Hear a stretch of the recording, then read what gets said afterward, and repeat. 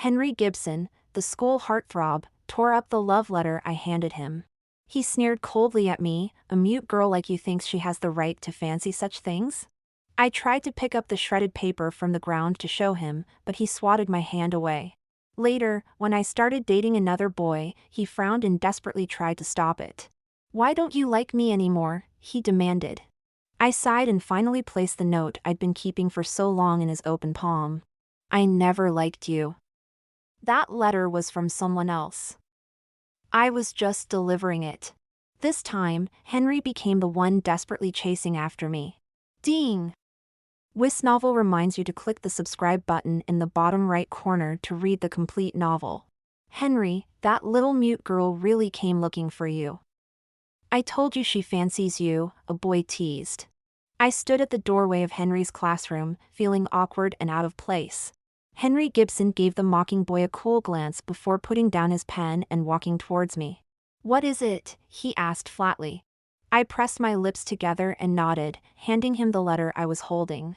Henry looked down at it for 2 seconds before taking it. I was about to take out the note I had prepared earlier when I heard a tearing sound. Henry had ripped up the letter. "You like me?" His tone was indifferent. I froze, not yet grasping where this was going. Henry's lips curled in a sneer. "A mute girl, thinking she has the right to fancy someone? Cecily, let's be frank, you're nothing but a cripple." I almost laughed from anger. I picked up the torn pieces of paper with the writer's name still visible and held them out to him. Henry didn't even look, simply pushing my hand away. "Don't come find me again. Do you know how many strange looks I'd get if a mute girl liked me?" With that, he returned to the classroom, giving me no chance to explain. But I hadn't written the letter. My desk mate had asked me to deliver it to Henry the day before she transferred schools. It contained 2 years of a young girl's secret love.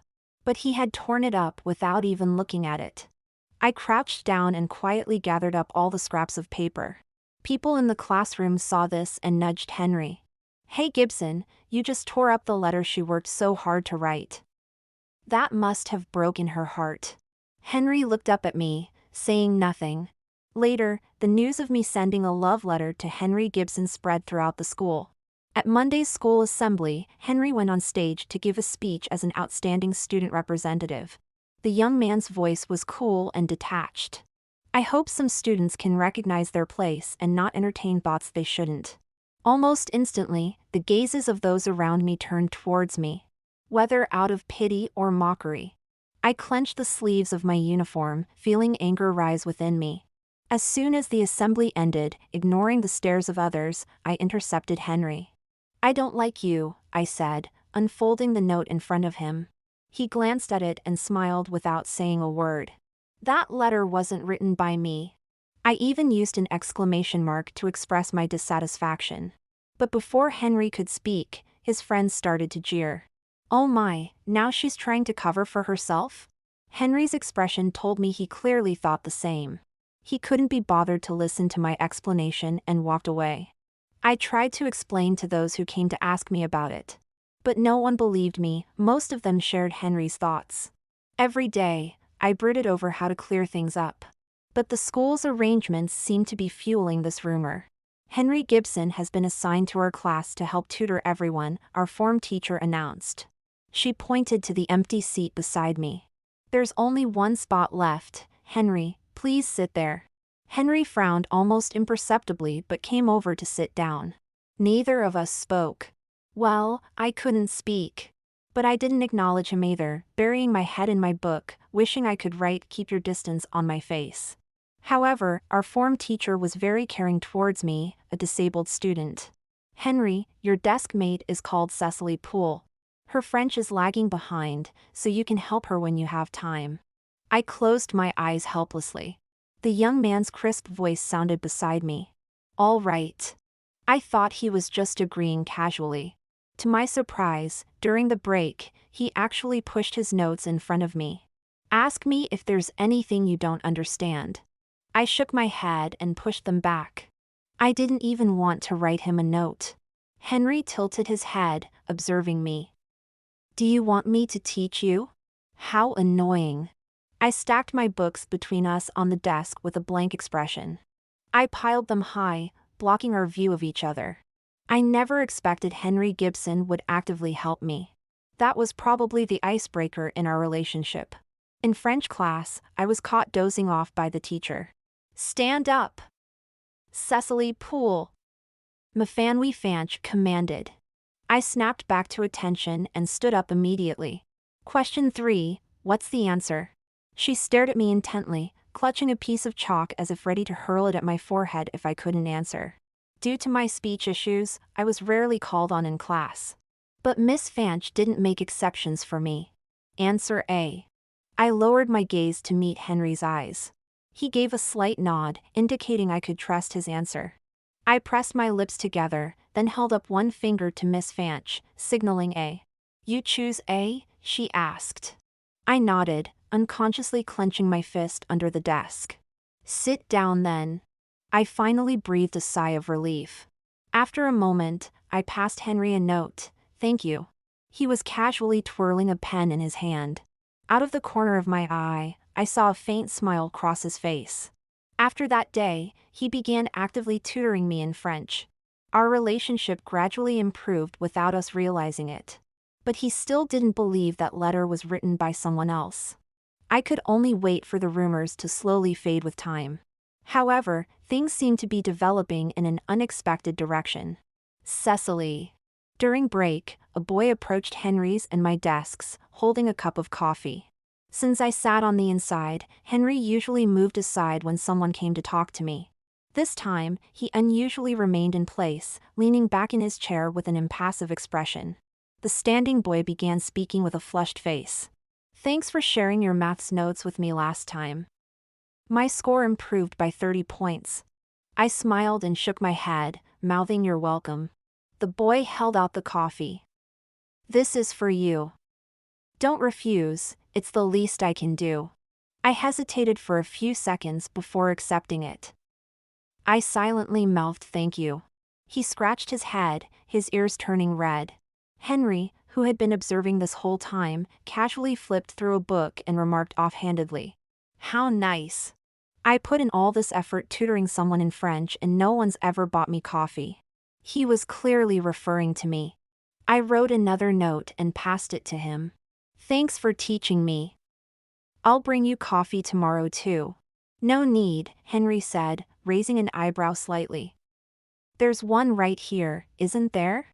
With that, he swiftly snatched the coffee from my hand and took a sip. His movements were smooth and decisive. Both the boy who brought the coffee and I were stunned. Henry looked up at the boy, as if just noticing his presence. "You don't mind, do you?" The boy slowly shook his head. What else could he say? I've noticed Henry Gibson has been talking a lot lately. He's always trying to make conversation with me. And he's even stopped going to play football when his friends call. "Why aren't you going, Henny?" Henry leaned on his hand, looking at me. I had just raised my head when he pushed it back down. Henry brushed the ends of my hair with his pencil. "Just keep writing and don't be so curious about everything," he said. Then he turned to his friend. "I'm busy. I have to teach my desk mate French." The boys let out a long, meaningful "oh," their tone inevitably suggestive. "Henry," I mouthed silently. "Why did you say that? Isn't it true?" Henry glanced at me, asking in return. "You don't need to make time to teach me anymore.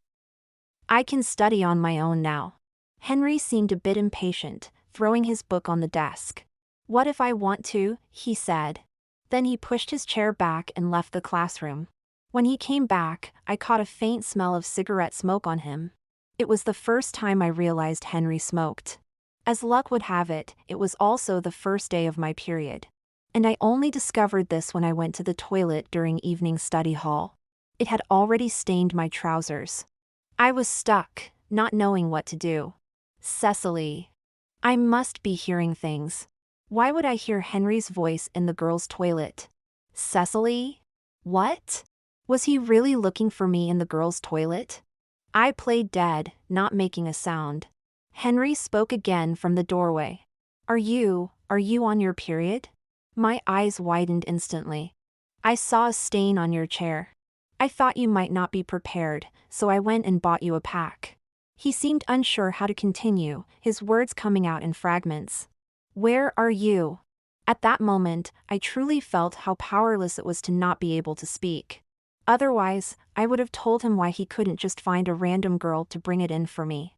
But after hesitating for 2 seconds, I still reached my hand out from under the door.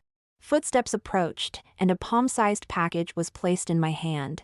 Then they quickly retreated. When I brought it in, I saw it was the brand I usually use. After a moment of surprise, I silently opened it. When I came out, I was surprised to find Henry still waiting by the door. Why haven't you gone back to class? I signed slowly. Waiting for you. He took the jacket from my hand and put his own over my shoulders. The boy was very tall, and his top was long enough to cover my thighs. Any visible stains could be completely hidden. I realized his kindness and didn't refuse. Thank you. He didn't say anything, just crouched down in front of me. I couldn't help taking a step back. What are you doing? He looked up at me. Then he pulled me closer and zipped up the jacket. Seeing me lost in thought, the boy finally chuckled. Moved to speechlessness? Remember, next time don't annoy me by saying you don't need me to teach you anymore. I blinked, instinctively telling him, I can't speak. Henry slowly stopped smiling and didn't say anything more. The rumors about Henry Gibson and me were once again running rampant.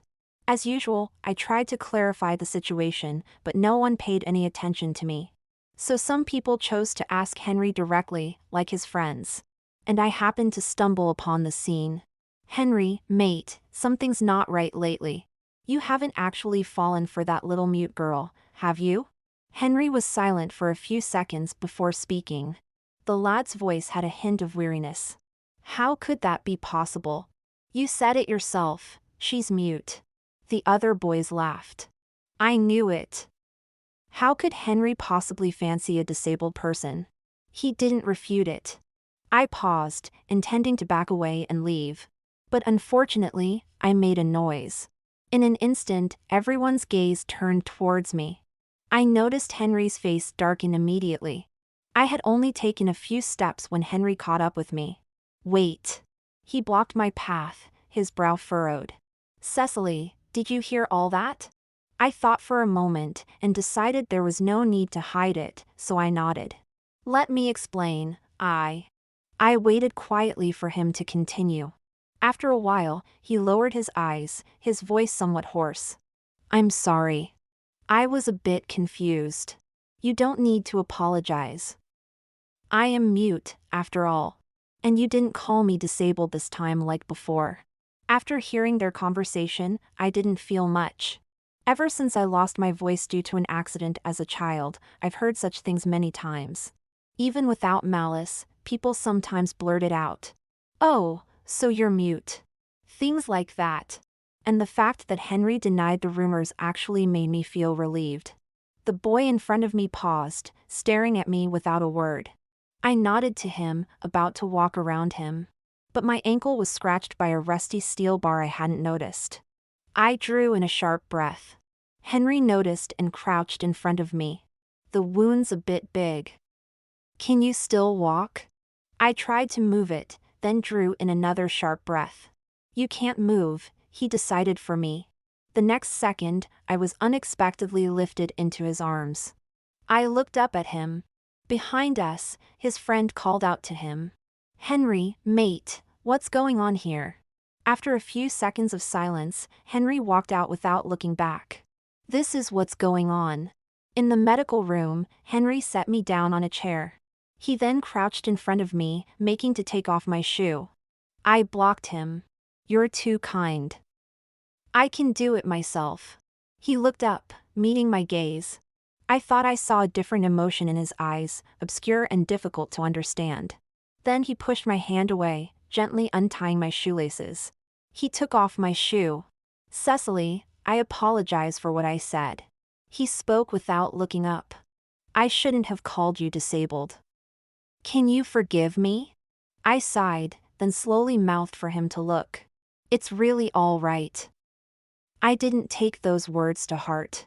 Besides, I'm grateful to you for teaching me French. Although Henry and I weren't exactly friends, his occasional acts of kindness did touch me. They had long since outweighed my initial misgivings. But Henry didn't seem to want to hear any of this. His face grew even paler. The hand holding my ankle was trembling slightly. Cecily, aren't you angry at all? I shook my head. There was nothing to be angry about. After that day, Henry's attitude towards me suddenly changed. He would openly bring me coffee and tell his friends he wanted to study with me. He would also retort coldly when someone mocked me as the little mute. "You're not mute, but I don't see you being particularly talkative either," he'd say. The person mocking me would instantly freeze. I thanked Henry, but felt the atmosphere becoming increasingly strange. This feeling reached its peak when the new transfer student appeared. Edison Cargill, our new transfer student. "Everyone, please welcome him," the teacher said. The form teacher asked him to sit in the empty seat in the last row for now. Edison passed by me and paused for a few seconds. He chuckled softly. "Little mute?" I nodded several times in quick succession. I was glad he still remembered me. Edison had been my desk mate for 3 years in secondary school.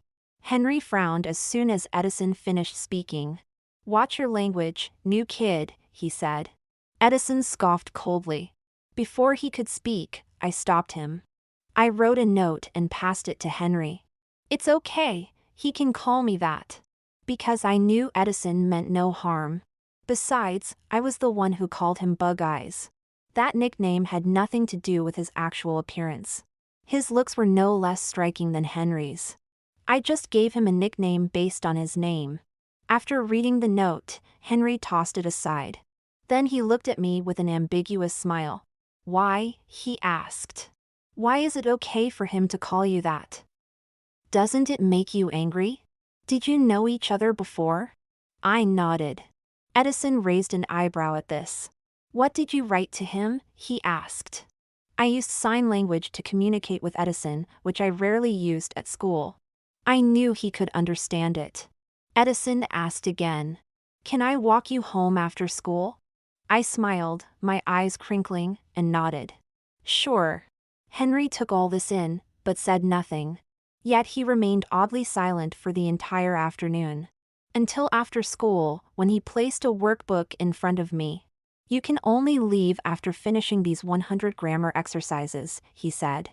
I shook my head and tried to negotiate. "I've already made plans with a friend." "Can I take it home to do?" Henry refused. "You finish this, and I'll walk you home," he insisted. Edison happened to walk over at that moment. He looked down at Henry and sneered. "Mate, what gives you the right to stop Cecily from going home?" he asked. "Who are you to her?" Henry tapped his finger on the desk, his posture relaxed. "I suppose it's because I'm the one Cecily likes that I can be so unrestrained," he said. I couldn't believe he still thought I liked him. Then, Henry turned to me and spoke softly. He brushed my fringe with his fingers. "I was wrong to tear up your love letter before," he said. "To make up for it, how about I write you a love letter too?" "A love letter?" A laugh echoed through the air. Edison Cargill's tone was full of incredulity. "Come on, show me the love letter Cecily wrote you." "I'll eat the whole page." Feeling that wasn't enough, he taunted further. "No, mate. If you can produce it, I'll eat that entire stack of A4 paper on the multimedia desk." I was utterly baffled by Edison's childish provocation. But that wasn't the most important thing right now. I wrote another note and pushed it in front of Henry. "I told you long ago, that letter wasn't from me." I explained seriously to the boy in front of me. "I've never had feelings for you. Ever." I had shown Henry the torn pieces of that letter before. He completely ignored them. As if he thought it was only natural that I would like him. Henry finally had to accept this fact. He stared at me, his hand crumpling the note until it shook. After a long moment, he spoke in a hoarse voice. "Even if," he began, "even if you didn't like me before, what about this time we've spent together? Cecily, haven't I been good enough to you?" I paused for a moment. My lips formed a silent question. Are you saying you've fallen for a disabled person now? It was he who had most mockingly called me disabled before. It was also he who said it would be troublesome if a disabled person liked him. Henry fell silent. He just stared at me unblinkingly, looking very hurt. I didn't take back the workbook. Before shouldering my bag to leave, I patted Henry lightly again. The boy looked up at me, a glimmer of hope in his eyes. I gave a small smile and placed a geography error book with notes I had compiled on his desk. Thank you, Henry. I truly was grateful. During this time, he had changed his view of me and stopped discriminating against the disabled. He also tried his best to tutor me. One day, I noticed his geography was weaker compared to his other subjects. Based on his test errors, I prepared an error book with notes to repay him. Henry just quietly stared down at the notebook. Even as Edison and I left the classroom, he was still sitting alone at his desk. A solitary figure. Edison, however, was the complete opposite. He mocked Henry all the way. He still expects you to write him a love letter? I think he's gone mad. Even I knew writing love letters was too cheesy when I confessed back in the day. Edison's words made me freeze in place. Clearly, he noticed it too.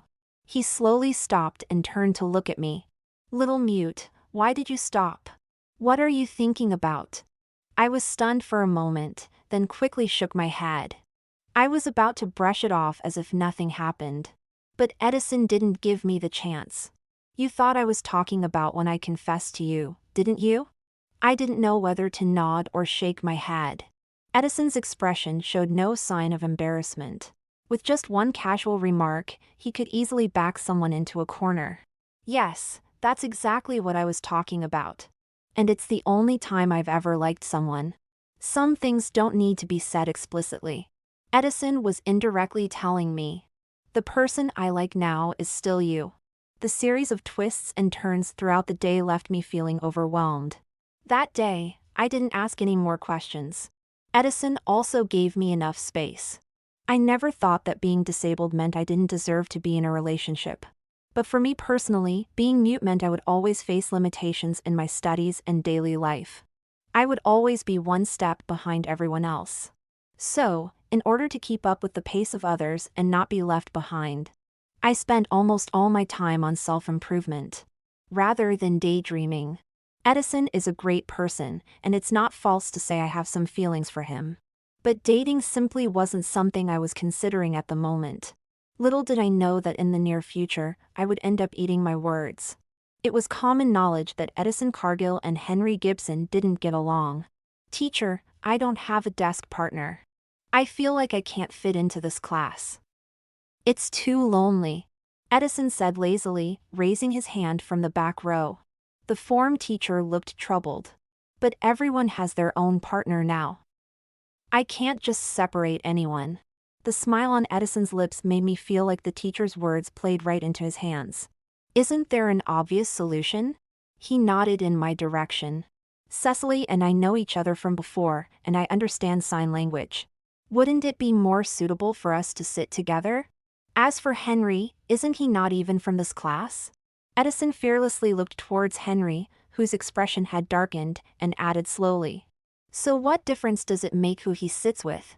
Henry scoffed. You think you can just sit with whoever you want? In the end, the teacher left the decision to me. It was just a simple seat change, but it had a hint of drama to it. I looked at Henry. Sorry.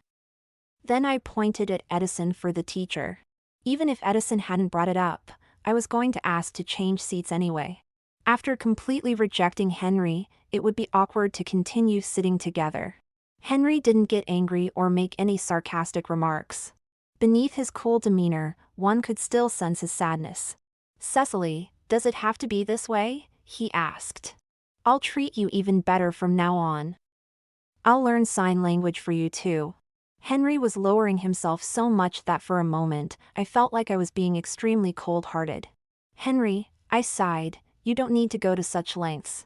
He started to reach for my hand but stopped midway, then let it fall limply. I must admit, Edison's presence made my school life much more convenient. Cecily, Why haven't you handed in your homework? The teacher asked just before the bell rang for class. Usually, I would have to write a note to explain. I signed to Edison. He propped his head up, smiling at me intently, then translated for the teacher. Cecily says her papers got wet and they're drying on the balcony outside. You can go check if you don't believe her. The teacher calmed down and took a sip of water. All right, hand it in when it's dry or rewrite it. I nodded and signed to Edison again. She wants me to thank you, Edison said, not moving. The teacher asked, what is she saying this time? Nothing much, Edison said, looking at me with a mischievous smile. She's just thanking me. Come to think of it, I was the one who taught Edison sign language. In our second year of secondary school, Edison proposed a deal. You teach me sign language, and I'll protect you at school. How about that? Secondary school was far more discriminatory in some ways than sixth form. Students at that age hadn't yet learned to hide their prejudices well. Faced with the school's only mute student, a vulnerable group, they were curious, discriminatory, and even resorted to bullying to show their superiority. The first time I dragged myself into the staff room, covered in wet mud. Slowly explaining to the teacher how I had been bullied but was ignored, Edison proposed this deal.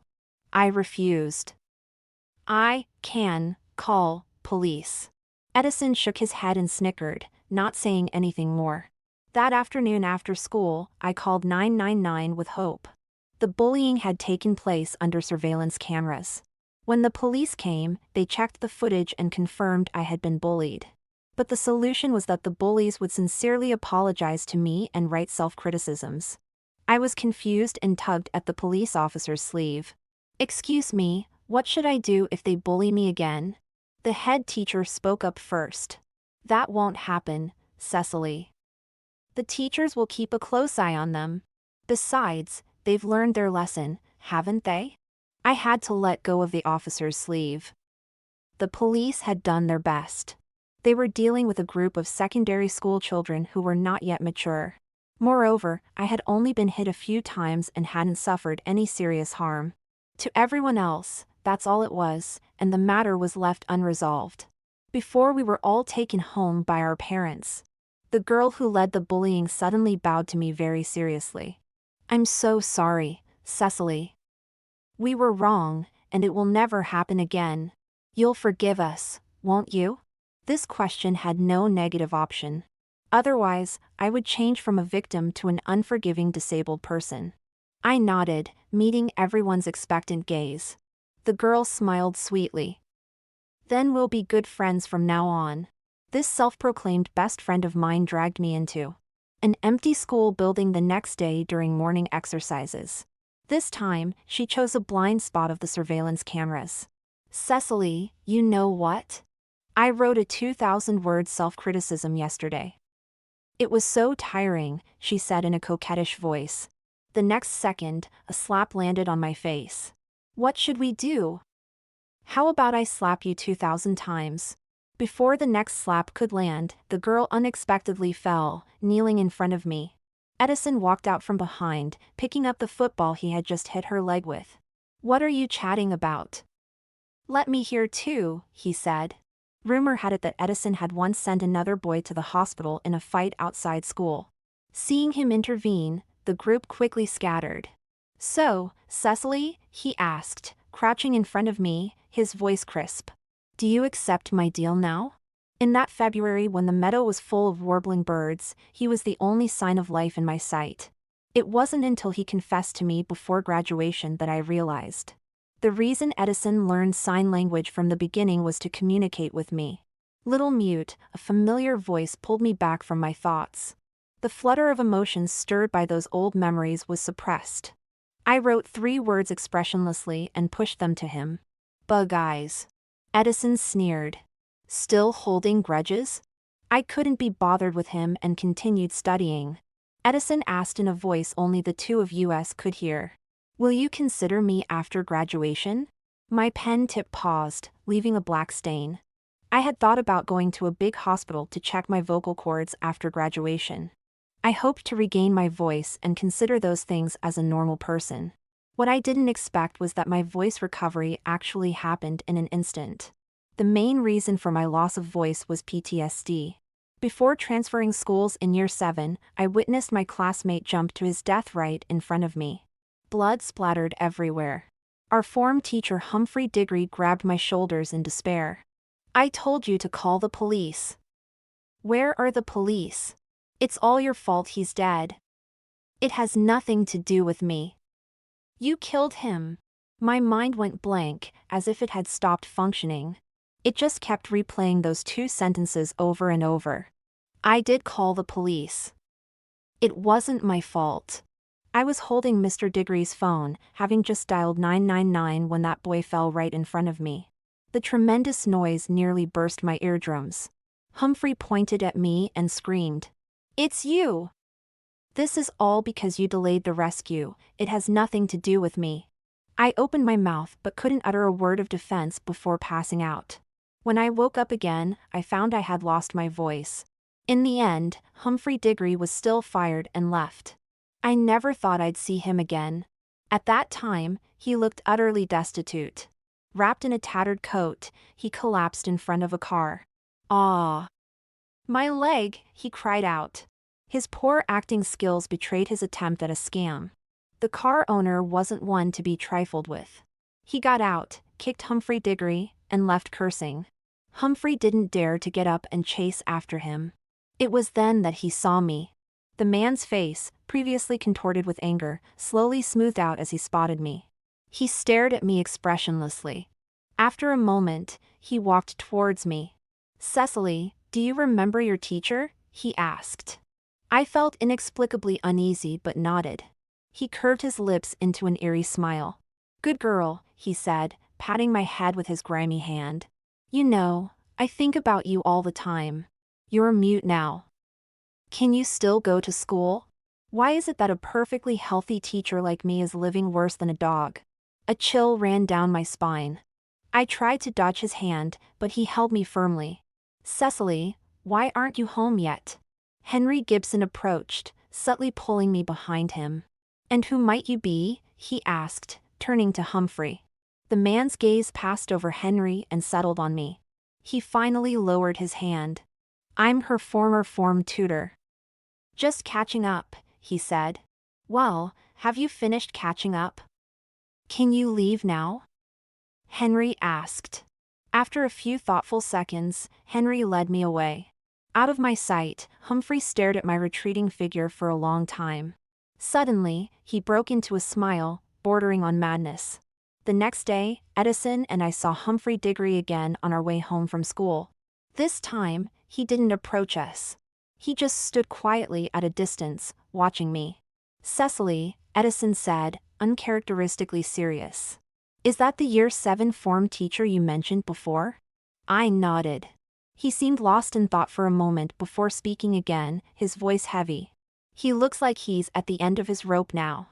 Edison didn't elaborate, only saying, "Stay away from him. For now, wait for me before and after school so we can go together." Edison's intuition was correct. But we didn't expect his words to come true so quickly. Humphrey had no chance to approach me as Edison, and I usually took the bus to and from school. What we didn't anticipate was how far he would go in his desperation. He managed to sneak into the school carrying a kitchen knife. "Excuse me, do you know which class Cecily Poole is in?" he asked a student. "I'm her uncle. Could you please ask her to come meet me alone on the roof?" I happened to be standing nearby and witnessed this exchange. A chill ran down my spine. "Yes, I really am her uncle, the man continued, glancing around. His eyes suddenly met mine. A smile spread across his face. "Never mind, I've found her." He started walking purposefully towards me. Instinctively sensing danger, I turned and ran. Unable to call for help, no one immediately realized something was wrong. Not until Humphrey pulled out the knife and began chasing after me recklessly. "Ah! Someone with a knife has entered the school. Call the police quickly. Hide in the classrooms." Chaos erupted on campus instantly. I didn't dare look back, just ran desperately forward and ducked into the nearest school building. "Help me! I wanted to cry out for help multiple times. But even with my mouth open, no sound came out. Cecily! You don't deserve to live a good life. The man's voice was getting closer. Just as I felt he was about to catch up to me. Humphrey Diggory, I've called the police. Edison's voice stopped him in his tracks. They'll be here any minute. I advise you not to do anything stupid. As he spoke, Edison cautiously approached the knife-wielding man. Humphrey's hand holding the knife trembled with excitement. You think I care about that? We can die together. He lunged towards me again. Cecily, run! Edison shouted as he tackled Humphrey Diggory. I ducked into the nearest classroom. Through the glass, I saw Humphrey struggling against Edison's grip.